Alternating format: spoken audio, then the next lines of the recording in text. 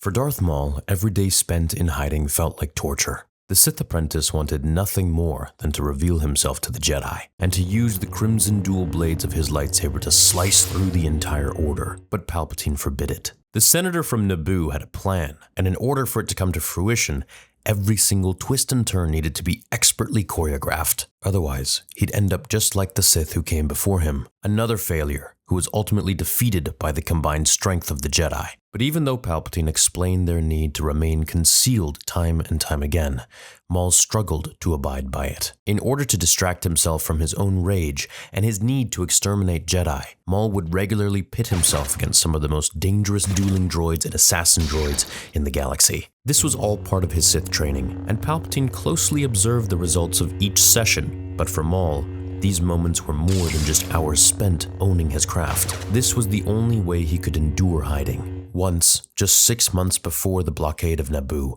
Darth Maul took on a particularly lethal challenge. In the subsections of Senator Palpatine's secret industrial headquarters, Maul sat in a meditative stance, with the silver hilt of his lightsaber outstretched in front of him. As a cloud of steam plumed out of a red ventilation grid behind him, Maul tried to center himself, focusing on his rage. That emotion, not peace, would guide him in tonight's ordeal. Sensing that his enemies were drawing closer, Maul took a final breath and opened his yellow eyes. Surrounding him on all sides, 4 of the deadliest droids in the galaxy approached. They had been customized to fight at their most lethal settings, and Maul knew that any mistake on his part could result in a gruesome injury, or worse, his own death. But Maul was content in the fact that his life and purpose was to serve the Sith, and if he died in a simple sparring match against droids, then that only proved his own weaknesses and that he would have failed in his service to Sidious. With a quick tug of the Force, Maul called his lightsaber into the palm of his hand,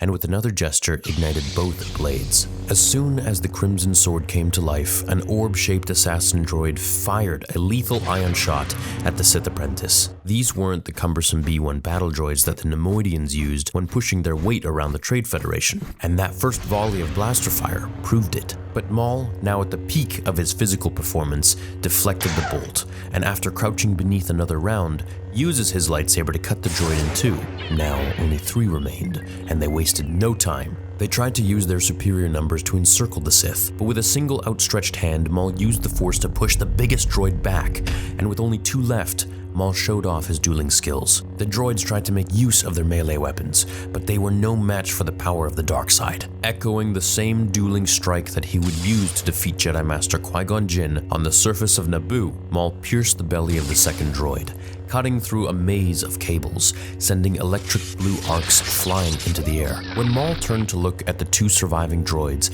he saw their forearm-mounted blasters hum to life. In an instant, they filled the underground room with the ringing sound of shots.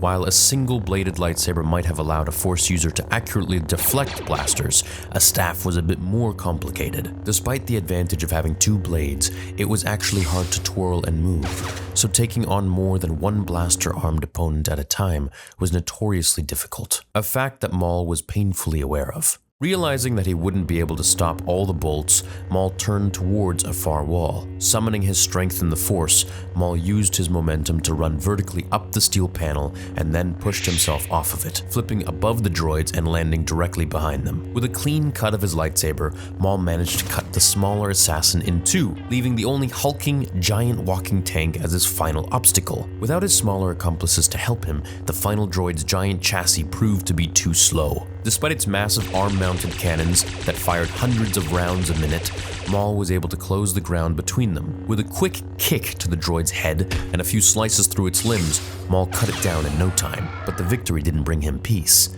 He was still filled with anger, with rage, with hate. As a thin strand of smoke rose from the scorched tips of insulated wires, Maul saw a shadow approach, and then a voice. "Darth Maul, you have survived your trial. Excellent." Maul didn't have to turn to see who it was. He had already sensed his master approach. in the midst of the dueling match, but the apprentice was compelled to turn and greet Sidious. The Dathomirian quickly fell to his knees, turned his chin towards the ground in a sign of deference, and waited to hear his master's command. Soon, Maul wouldn't have to waste his days fighting his way through assassin droids in the basement of factories on Coruscant. In only a few months, Palpatine would send Maul to Naboo to ensure that the Neimoidians stuck to their deal and that the Jedi interlopers, Obi-Wan Kenobi and Qui-Gon Jinn, would fail in their effort to free the world. But on this day, impressed with Maul's performance, Palpatine assigned his apprentice on a different mission, one that would ultimately pit the Sith against one of his first Force-powered opponents, a Dathomirian Night Sister in service to the Black Sun. Just like these droids, Maul would use his superior lightsaber dueling techniques to defeat that witch, bringing him one step closer to his ultimate goal of revealing himself to the Jedi.